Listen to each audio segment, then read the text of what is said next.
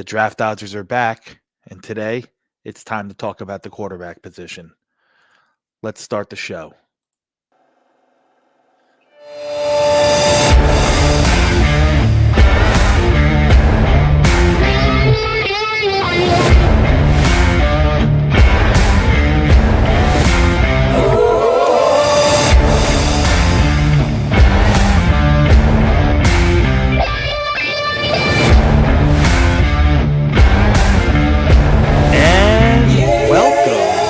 Episode 4 of the Draft Dodgers.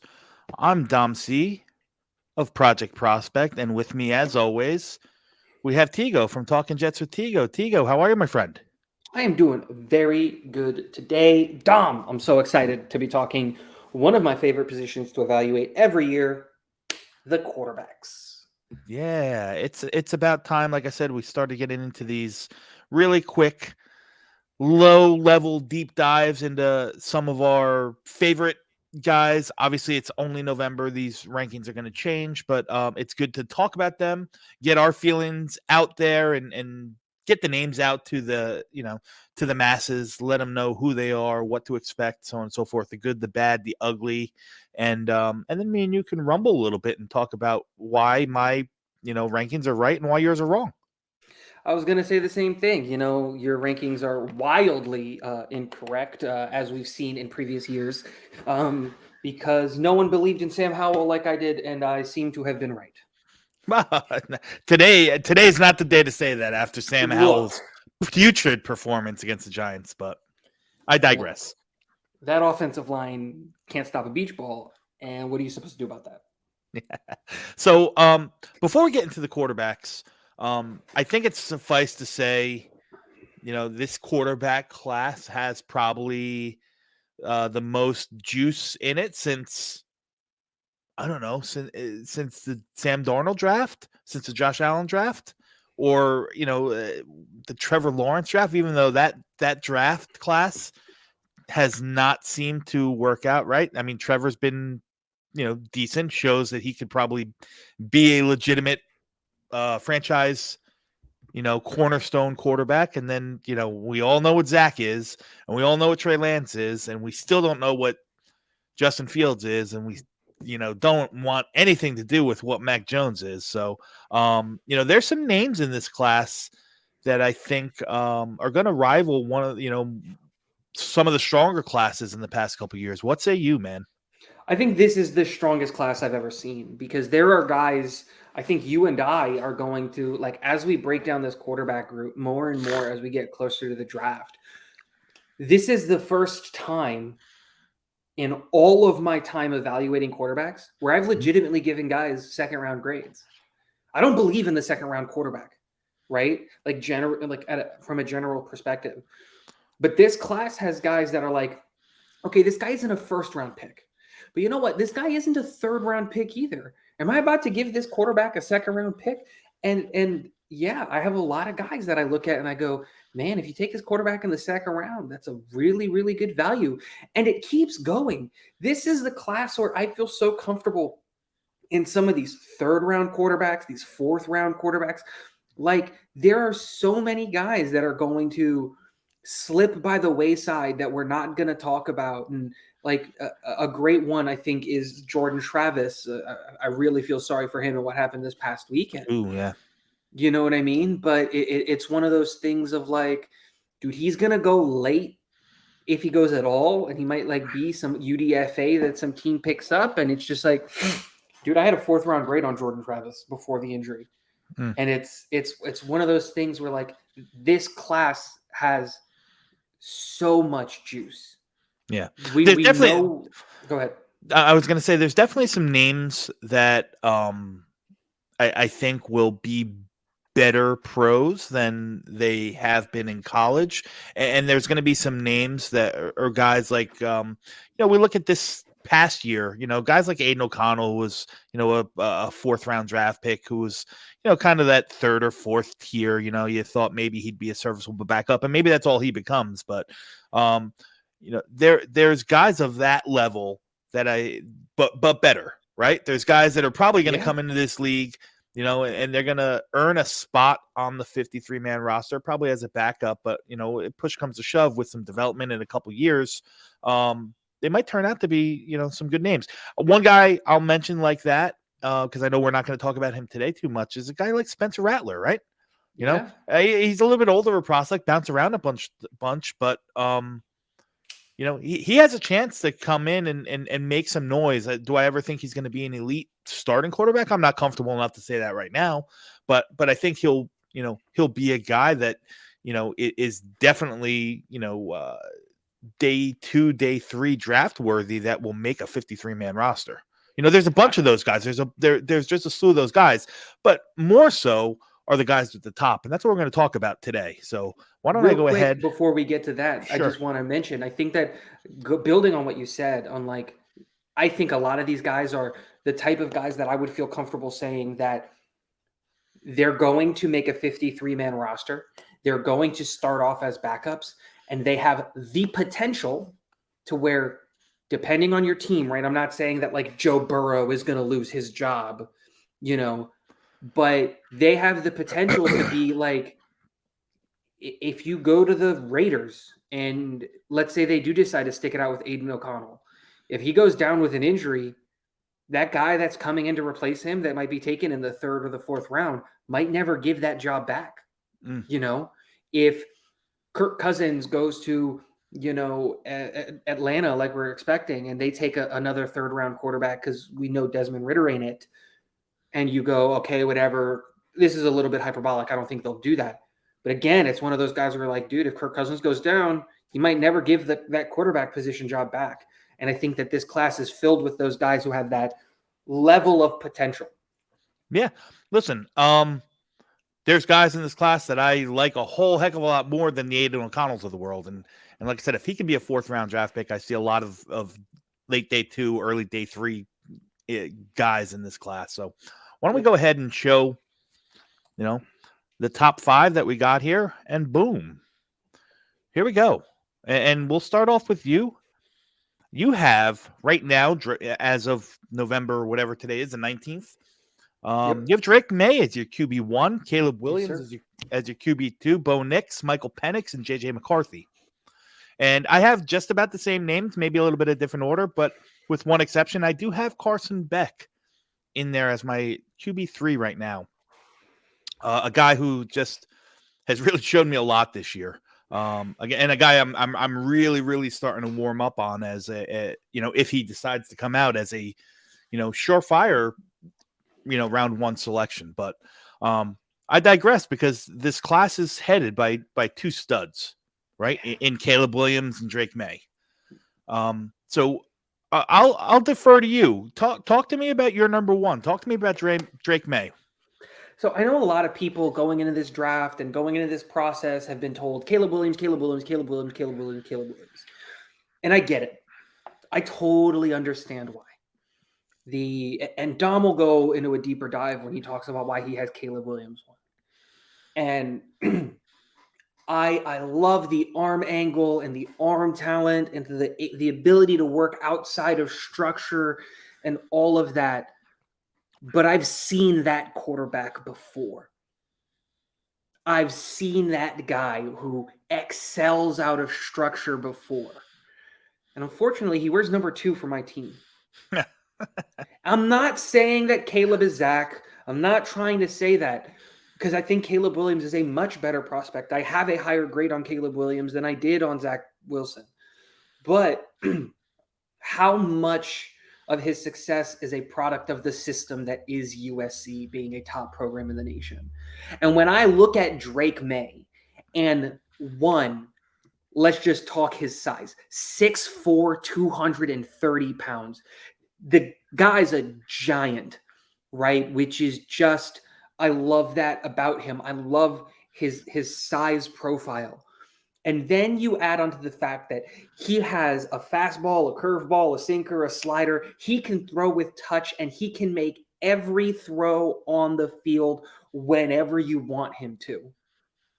Has the ability, but doesn't necessarily like to use it, the ability to get out of the pocket and to extend plays. And as a runner, he is, I don't want to say dynamic because he's not a dynamic runner, but he's a threat with his legs. He doesn't go down easy. At 6'4", 230, he's not an easy tackle.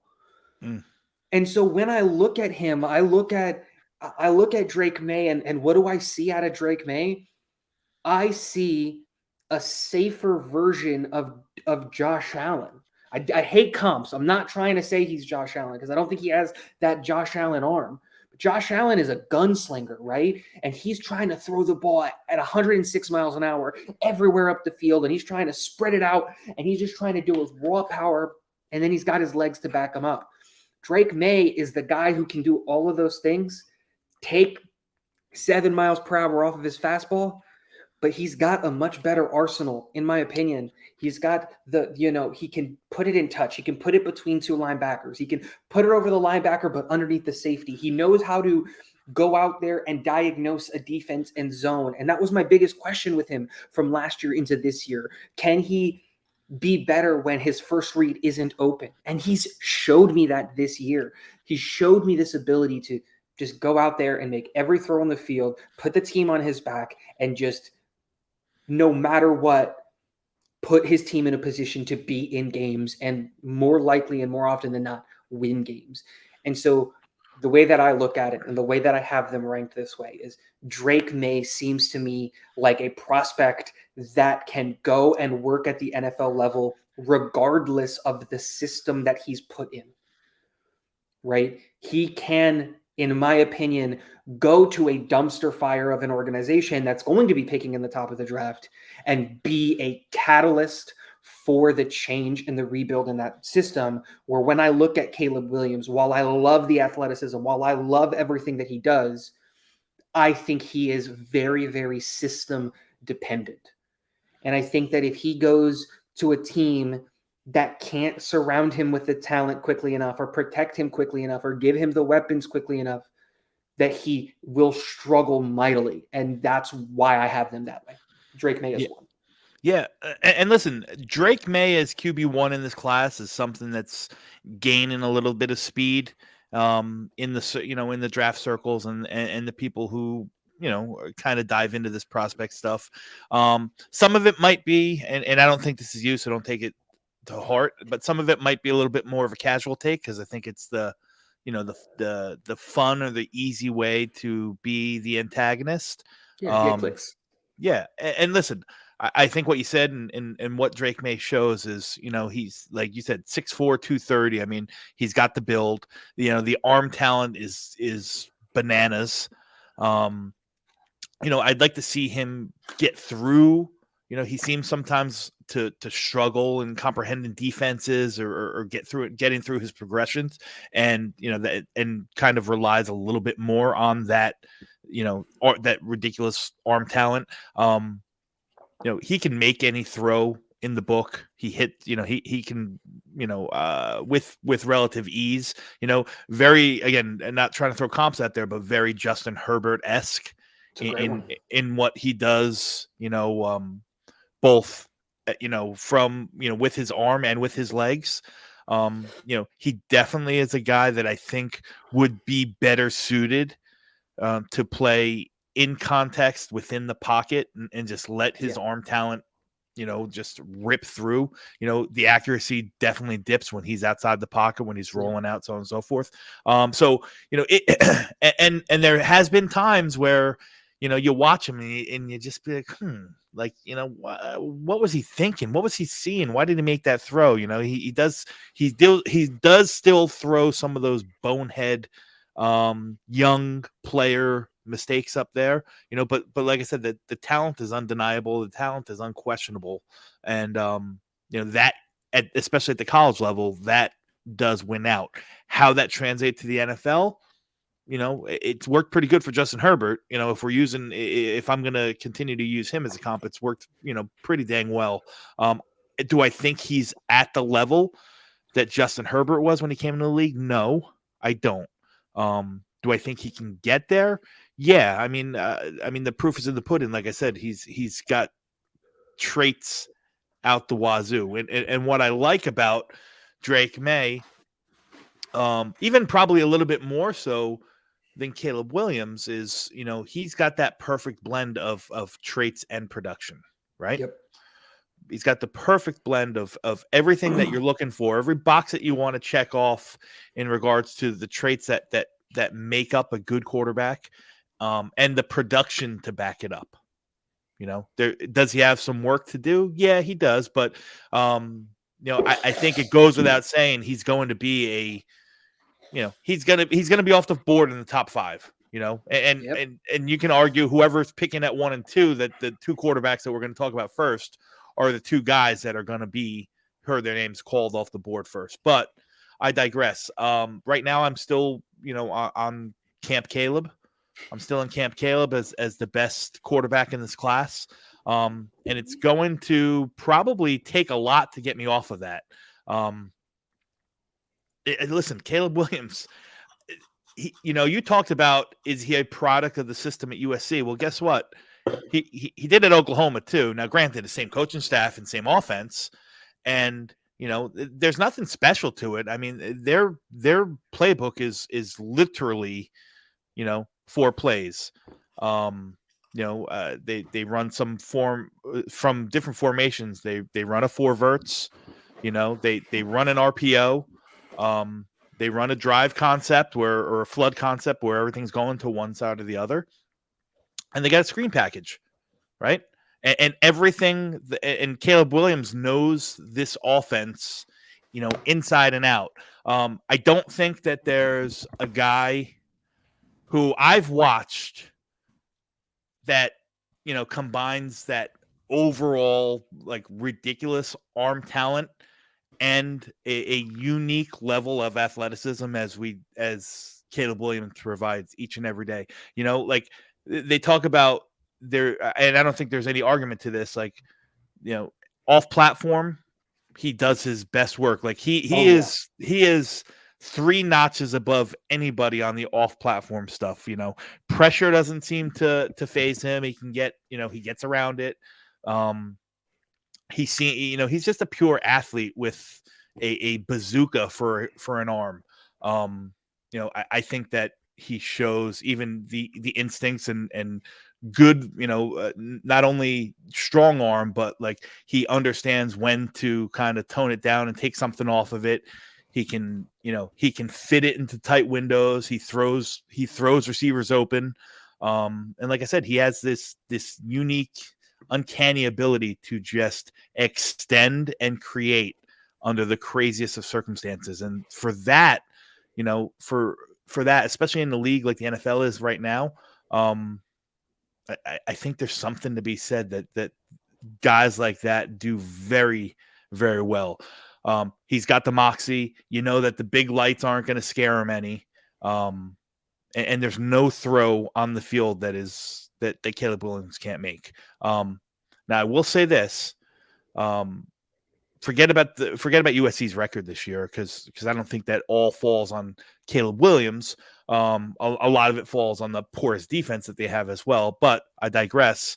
One thing that he's going to have to improve is his ball control. I mean, just too many turnovers. I mean, thinking he leads the nation in fumbles. I think he's fumbled, a dozen or more times already, on top of some interceptions that were, forced throws or something like that. Just, he's going to have to learn how to protect the ball a little bit better. I mean, that's one guarantee. He's also never really played in a pro style offense. Everything as that, pure, 5 to 7 drop progression is going to be a work in progress for him. He's, he does his best work in, does all his work in shotgun, and where he can get outside the pocket or use his, his legs and stuff like that to make things happen. So, again, comp wise, it's so hard to put a comp on Caleb Williams. I know everyone's gonna, deflect to Patrick Mahomes, but I don't think it's fair I don't think it's fair to say that any quarterback coming into the league still in college is comps to Patrick Mahomes, because he's one of the best to ever play. He's but one of one.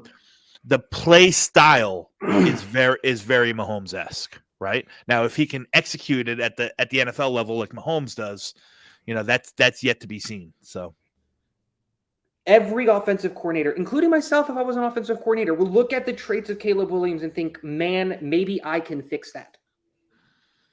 But the way that I look at it, and when I look at my drafting process, you have two types of players that you can hit, right? You can hit the high floor, the high floor guy who might not have as high of a ceiling, or you can hit the low floor guy who has a crazy high ceiling. Are you going to go boom or bust, or are you going to go with what is a safer pick? You know, and for me, I think Drake May is the safer pick. I think he has a higher floor. I think that he can come to the NFL, operate an NFL offense, and while he's developing his going through a progression, diagnosing a defense, and doing all the things that a young quarterback needs to do when they get to the NFL, he can still maintain a drive with all of that stuff. And then, like, again, my biggest fear with Caleb Williams is, well, what happens when he has to get to the line and he's got to do all these checks and he's got to look at the defense, and it's not four verts and it's not a flood concept and it's not a screen pass. They're so close.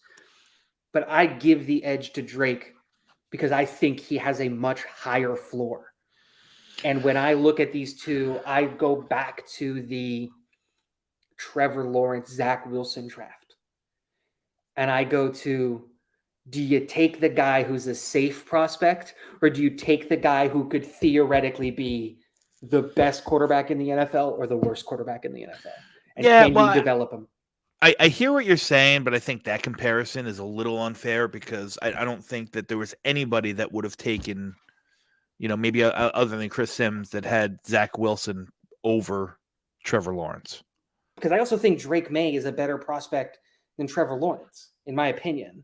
So I look at it and I go, I think both of these guys are better than both of those guys. And so Yeah, I'm it's not just there yet. interesting. I'm not there yet on Drake May. Like I said, I think he's a good, I think he's a good prospect. Um, I'm not putting him. I don't think he's better than Trevor Lawrence. I'd take Trevor Lawrence 10 out of 10 times over Drake May. But I digress. That's just me. That's how I feel right now. So, regardless, I think it's suffice to say that these two, in whatever order you have them, are the top two in the class. Oh, yeah. And am I off in saying when I said that they're both, as long as they both come out, which we expect them to, they're both top 5 picks. Yeah, 1 and 2, easily. Yeah.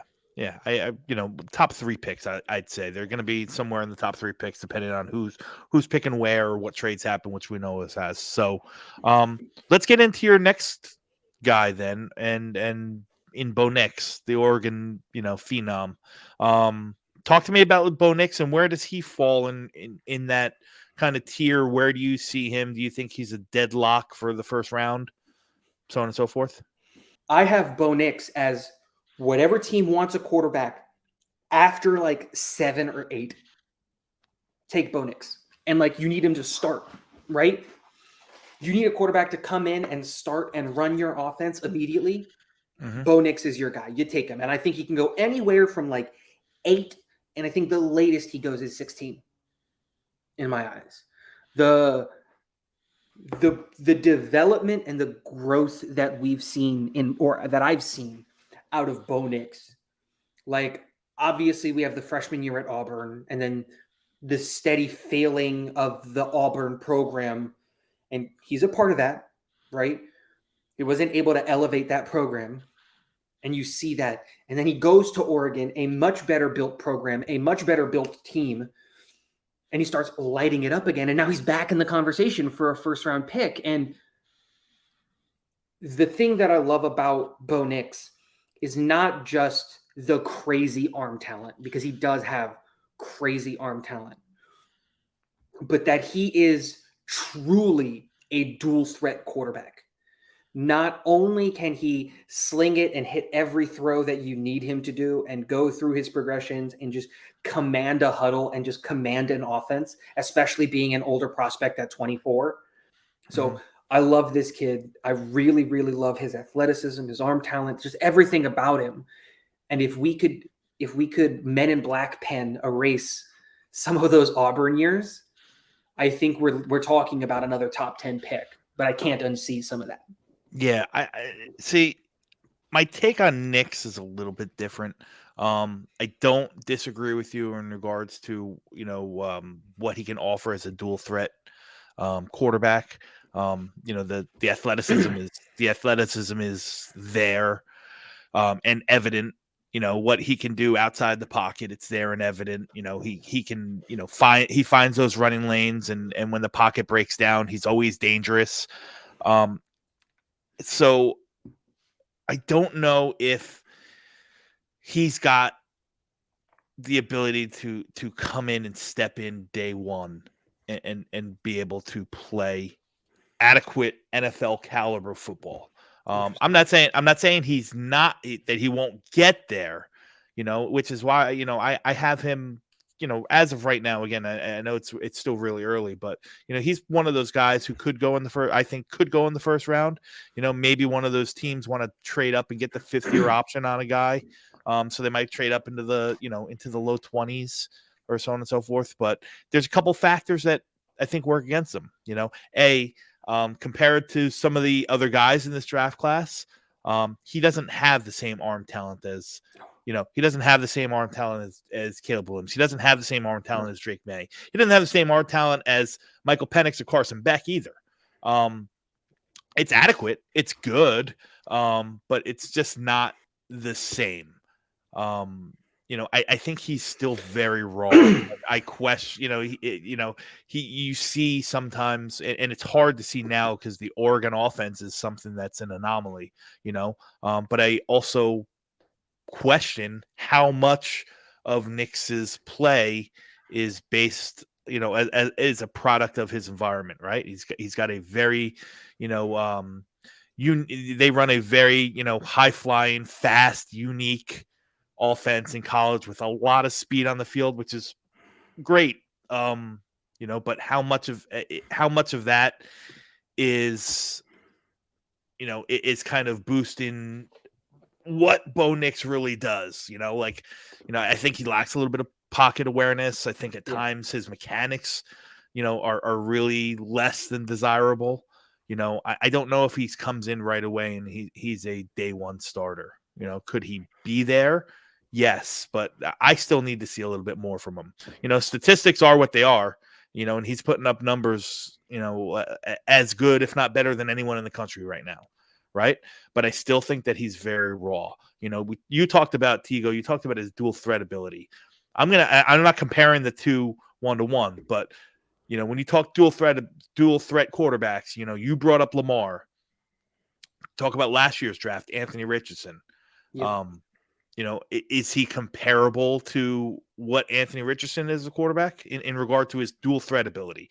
I think he might have a little bit more overall, or he might be a better passer overall than Anthony Richardson.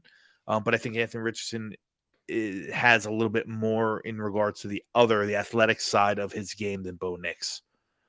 The way that I would compare those two, because that's a great actually talking point, is the way that I would look at it is I think I disagree just fundamentally. Obviously, we know that on Bo Nix's level of rawness in his thing. I think he is closer to an NFL day one starter than Anthony Richardson was.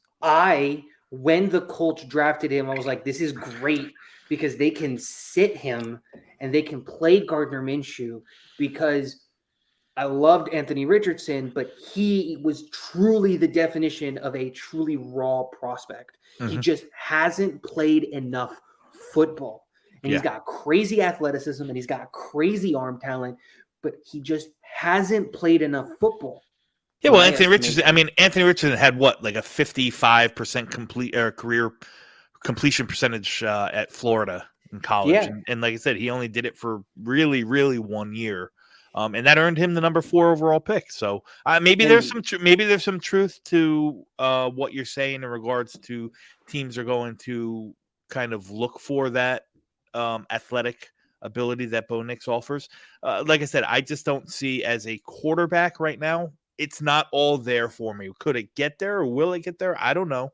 Right now, I think he's kind of like a really really nice ball of clay that, given the right given the right tools and coaching around him, could become a really good NFL quarterback. I'm just looking at the past couple drafts. I mean, 2 years ago, not this past draft, but the year before, the Kenny Pickett draft. I had him And as a second. Kenny Pickett was a 24-year-old rookie like Bo Nix was, and he went what, 21, 20. 21. So a 24-year-old quarterback taken in the top 10 or 8 to 16, like you originally said. I mean, that's got to me, that's probably going to say like this, you're there's no doubt in your mind that your scouting team thinks that this guy has the ability to be special. So and maybe he does. I'm just not there yet on him. I think he's in the first round conversation, but it would not surprise me one iota if he slipped that into the beginning of day two. Or It would be. and it wouldn't surprise me if he went in the top 15 either. I think there's just a big variance on where I see him and Penix as well. But I want to talk about the one guy I have on my list that you don't. Yeah, I do too. Yeah, Carson Beck has really grown on me of recent times. Just there's just so much to like about his game. Now, again, full disclosure, there's no guarantee that Carson Beck is going to come out, right? But I think if he keeps producing with this Georgia offense and this Georgia team, especially if if they happen to win the national championship, and he can lock himself into a top 10, top 15 spot, I think there's a likelihood that he'll come out. Again, he, like Drake May, very young. He'll be 21 at the time the draft comes around. Carson Beck, he's got the build, 6'4", 215 pounds. He's a little bit lanky. He definitely has the frame that he could take on a couple more pounds if he's asked to hold a little bit more muscle. But again, prototypical size. And Carson Beck, what I watched this year, and I think probably more so than any other quarterback. I like JJ McCarthy in this sense also, but Carson Beck, I think, is better than is. He just shows he has this very repeatable delivery, and it starts with this like pristine elite mechanics as a quarterback. Yeah, His feet, his eyes, truly his elite. arm, his eyes, his arm are always connected. It helps him maintain his velocity, in the pocket or while rolling out both right and left. A ridiculously strong arm, excellent ball placement. Throws a really really nice ball that receiver's best friend. He can make all the throws. The long, the 20 yard outs from the far hash. He can throw the dig. He can, he throws the go route very well. He knows when to add it. Great velocity, but he knows when to add a little bit more, take a little bit off. Like I said, he throws a really, really good deep ball. Excellent pocket presence, right? Pressure doesn't phase him. He moves. He has those subtle movements, and gets his mechanics and his feet back under him very well. So he's not phased by pressure, even when it forces him, kind of to play off platform. He is a true prototypical NFL pocket passer, right? Yep. And there's not that many of them around now. Does he have room to grow? Yeah. He's not the athlete that Bo Nix is. He's not he's not nearly the athlete that Bo Nix or Caleb Williams or Drake May is, right? That's not where he's gonna win. He's not a stiff. He can gain some yards with his legs, but that's not his forte, right? He just doesn't have that off of that level of athleticism. The big thing for me is that we talked about it earlier. With I think we were talking about Drake May, is Carson Beck's got all the traits, Yep. but he's only been this is first year as a starter. So right now, the overall body of work of his production is very limited, and so you're going to be banking on 1 year of production, a la, since you brought him up, I'm not comparing the two, but since you brought him up, Zach Wilson, right? Yeah. Zach Wilson became the number 2 overall pick based off of 1 year of college football, COVID year nonetheless, where they weren't, playing or playing a little bit in crazier times. So, that's my only big issue right now with Carson Beck. But he has everything. He's got the moxie, he's got the presence, he's got the pocket awareness. I think he's got football IQs and on top of a howitzer of an arm. He's a guy that I think is just going to keep getting better. He's a guy that I really, really think if he comes out, could be a top 10 pick. He could be the third quarterback taken based off of those traits alone. I will say this about Beck. One, I did not realize that he could declare this draft. I thought he was, in my eyes, I thought he was going back no matter what. And then on the discovery that he can declare, I still looked at it and I said, well, I think everything that you said is true. Mm-hmm. But here's where I have a concern and why Beck would be still, even if I redid my evaluation process, probably keep him right outside of the top 5, or maybe he might take JJ's spot at number 5. Mm-hmm. Is that he was there both years Bennett was there. Mm-hmm. Both years that Stetson Bennett was there. He was his backup. I thought he was only there for 1 year. I thought he was a sophomore. I was incorrect on that. He was there both years that Stetson Bennett was there. And Stetson Bennett was wildly unspectacular. Not in college, as a pro. In college, I mean, he won 2 national championships. Because of the team around him, not because of him. Dude, that being said, but I think one of my biggest questions is, why weren't you able to just straight up beat out Bennett? Because I look at all of the things that Beck can do, and maybe it was a developmental thing. Maybe he was still developing his game, and this isn't the version of Beck that he was as a freshman or even last year as a sophomore. Yeah. Right? But I have that question mark of, if in my eyes, Stetson Bennett was wildly unspectacular, and he was just a good enough quarterback, and that's what I think that he was. Why is it that Beck, with all of the traits that I totally do, the kid's insane. The amount of torque that he can create with his hips to just get behind the ball is, I think you said it, it's elite. And if you've got all of these elite traits, I'm very, very suspect to believe that you developed those elite traits in year 3. So what's wrong? What isn't happening? And again, new offensive coordinator here in Georgia, right? They lost their OC to Baltimore, and maybe, I forget his name. What's his name? Monken? Monken. Maybe Monken didn't like something from Beck, and he just wanted the safe guy, whatever. Well, right? I mean, listen, I think it's just sometimes that the incumbent, is going to get the benefit of the doubt. Look at Texas right now, right? I mean, they got Arch Manning.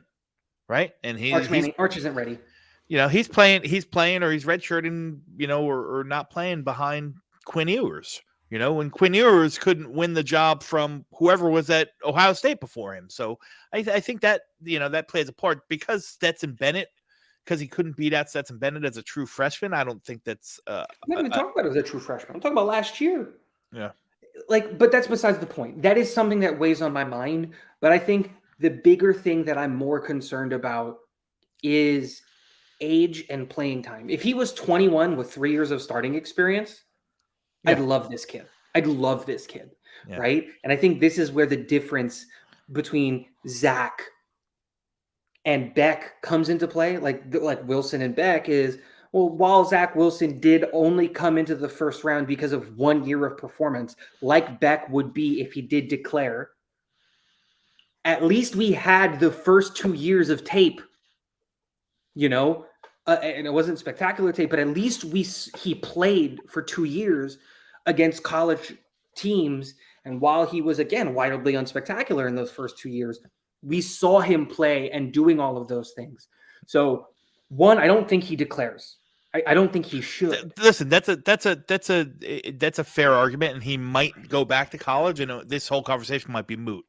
Yeah. I think that GMs, especially ones that are, everyone's always searching for that next franchise quarterback. A lot of people tend to, especially at this Ceiling over position, floor. go for the traits, and hope that the production will match the traits. You're gonna take a home run shot if you're picking in the top 8, top 10, top 12. And I think that there's a good possibility that someone's going to reach on the traits that Carson Beck has as a 21-year-old. And like from what I'm watching in his game Kid's film, good, like man. I kind of agree with it. Like I don't think that it's that outlandish, which is why I have him as my third quarterback in this class. Kid is good, man. I can only talk about what I see on tape, and right now I like his game and the intangibles that he plays with, Dude's a as leader, man. well as like the fundamentals that he shows, in his arm. Like I said, repeatable delivery, perfect footwork, good body control, kind of all that stuff. To me, he's QB3 right now. But that's enough about Beck. Let's talk about Michael Penix. Right? Yes. He's your number 4. He's my number 5. And I'm going to say this. I'm going to lead off with this. I think Penix is a fantastic quarterback. You talk about arm talent, like the guy's got it. Yep. He's got a super, super strong arm. I love watching University of Washington games this year. They are so fun. They are so fun to watch.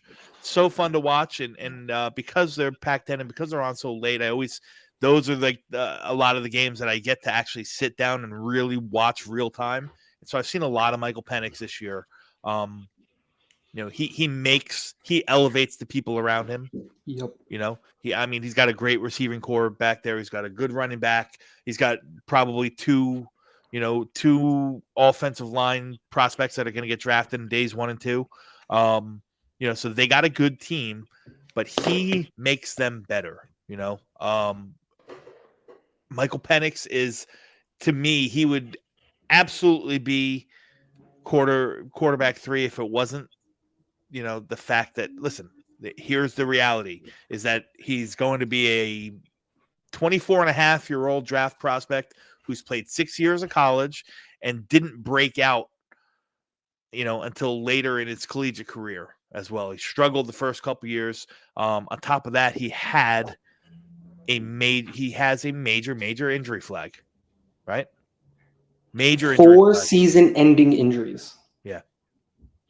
I think we've had this conversation, Dom, about Michael Penix, where I said, okay, if he can pass a physical, I think he's QB3. If he can pass a physical, he's QB3 in my eyes. And the reality, but I don't think he can. That's the problem. Yeah. I just don't think he can. Listen, this is how we kind of rank and break these down. But if we're taking it from the viewpoint of an NFL organization or a GM, the reality is that the injury flags are going to take him completely off some boards. Yeah. There's gonna be like 15 teams that are not even gonna have him on their board because he's not going to be able to pass a physical, and there's gonna be 15 teams that are gonna have him as like QB3, and there's no in between, just at all. And this is why I have him as quarterback 4 right now, because like we looked this up before, right? What were his 4 injuries? It was a shoulder injury on his non-throwing arm. No, it was an ACL. Two ACLs and 2 shoulder injuries, 1 on each arm.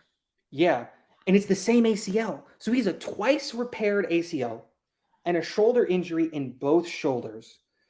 And the most recent injury is in his throwing arm, and now he's done a lot this year to prove that the arm is okay, right? And that he's got all this stuff. Yeah. But let's not discount the fact that Washington's offense legitimately has, 5 players that are going to get taken this year in the draft? Well, we know Rome and Penix are going to go in the first round, in my opinion. Braylon Trice, he's on the defense, so he doesn't really matter.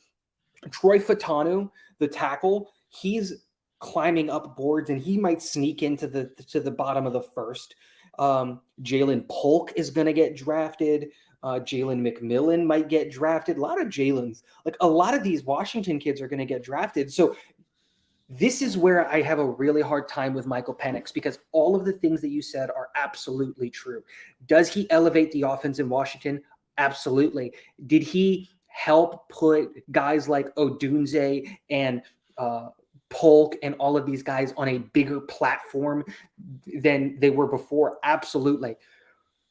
But dude, Michael Penix has a pretty good offensive line there. And again, I think the biggest concern is just the injury. Man, I think the kid can make every throw on the face of the planet, but those injuries scare me. And if I was a GM, he's not on my board, like at all. But I can't ignore that level of talent. And this is where he's such a wildly, what's the word I'm looking for?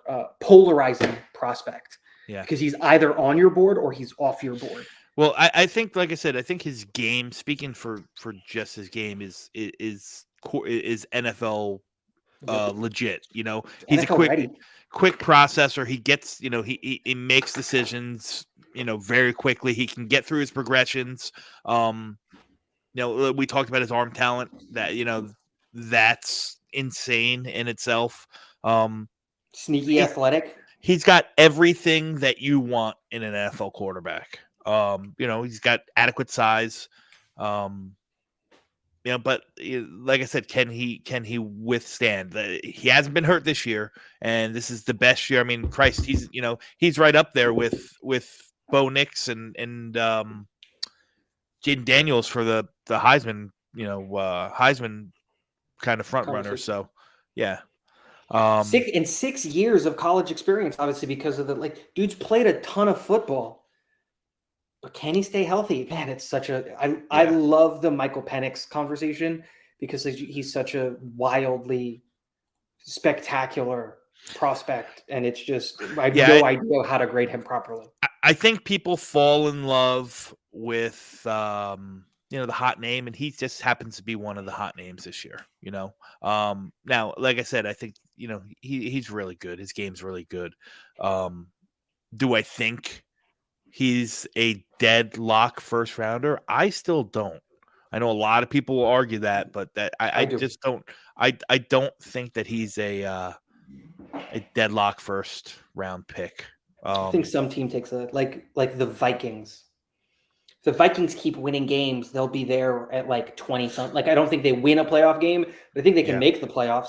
So if you make the playoffs and you're picking 20 something and Penix is there, you need a quarterback.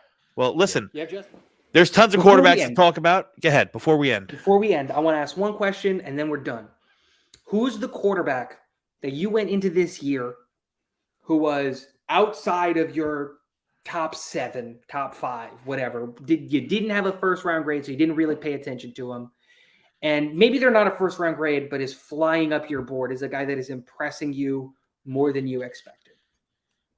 Well, I don't have grades out on anybody yet. Yeah, of course. Well, I mean, there's probably 2.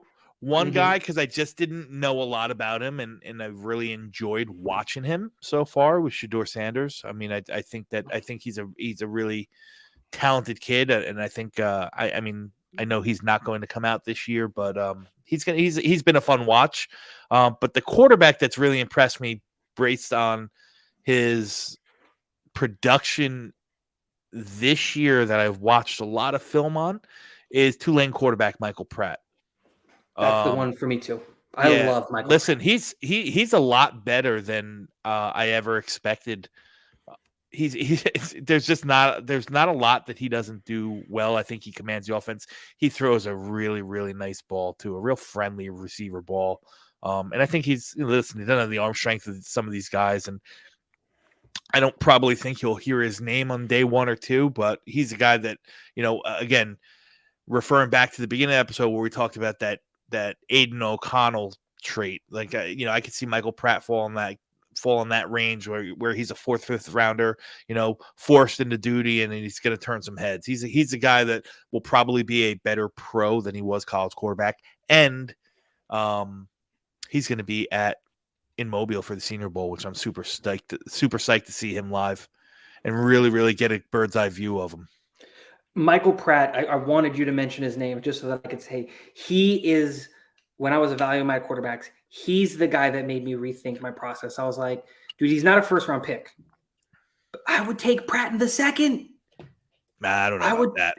I would take him in the second. I have him right outside of my top 5.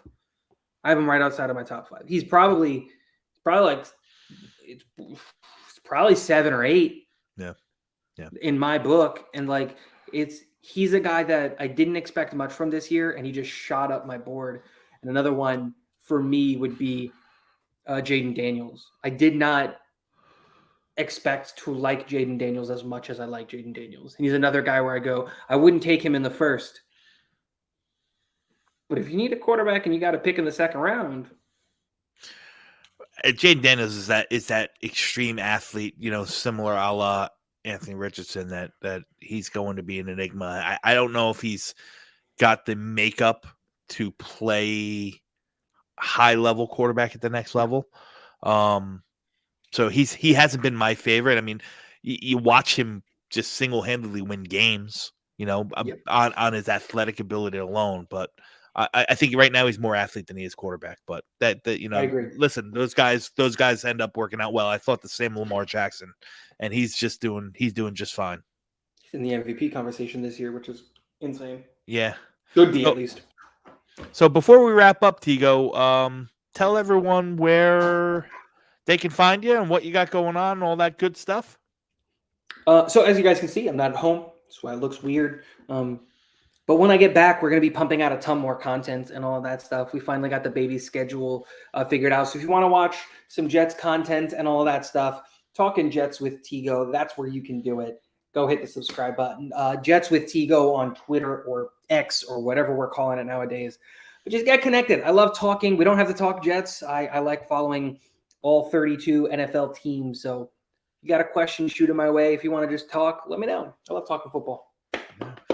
And as you know, you can find me on YouTube at Project Prospect with Dom C. Please drop a like, drop a comment in there, subscribe to the channel. It helps the algorithm out tremendously, and it'll do some good stuff for me and this channel's future. You can find me on Twitter right here at DC_NY Jets. Lots of draft content coming out on both Twitter and on the channel. A lot to say. The cycle's just started, and I couldn't be more excited. Oh, yeah. So let us know in the comment section. Also, if there is a specific group that you would like to see us talk about next, let us know in the comment section. We want to be involved. I try to respond to every comment that's left on these videos. I know Dom is doing that as well. So let us know what you guys think in the comment section below. And if you have any questions, drop them down there as well. Yeah. So on behalf of Tigo and myself, we are the Draft Dodgers. Hope you guys enjoyed the episode. And again, like, follow, subscribe. It does wonders for us. And we will see you next time.